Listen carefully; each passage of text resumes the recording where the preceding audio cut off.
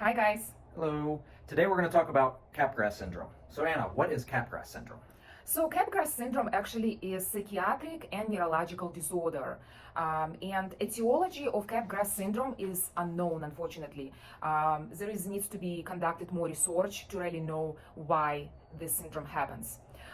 Usually in literature, you would read that Capgras syndrome is disconnect between different regions of the brain that responsible to connect facial recognition and emotional response to facial recognition. Okay, first, why is the phenomenon specific to close relatives? Well, it's actually unknown, but there is a theory that you have emotional connection with your close relatives like mom, dad, your child, and when you have this type of syndrome, when you look at your relative, you don't feel that connection, and you get delusion that they are not your relatives. So, for example, you look at your dad, and just because you don't form that emotional connection, you think that it is an imposter, and it's not your dad. Okay, so can you be a little more specific and give me an example? Well, like I said, you're unable to form emotion towards familiar face. So it's usually close family members, and you think that your spouse is an imposter, and it's somebody else, and it's not your spouse, because you are unable to feel that emotional connection. Okay, and can you tell me what's the most common cause? Like I said, the cause is unknown really, but there is underlying diagnosis that needs to be determined, like, for example, dementia, Lewy body dementia, Alzheimer's, brain injury, some type of lesion in your brain that leads you to that type of syndrome.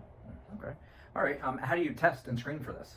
Well, you do the most common testing. You do blood work, you do drug screen because you want to rule out any drug-related delusions or hallucinations or say drug-related psychosis. You want to do MRI of the brain to see if there's any lesions, so maybe patient has Lewy body dementia or Alzheimer's or any brain trauma or any changes in the brain that can lead to that type of syndrome.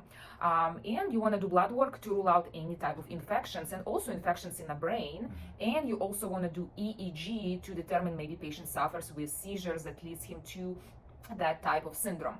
Okay. So once you came up with a diagnosis and you've tested for it, how do you treat it?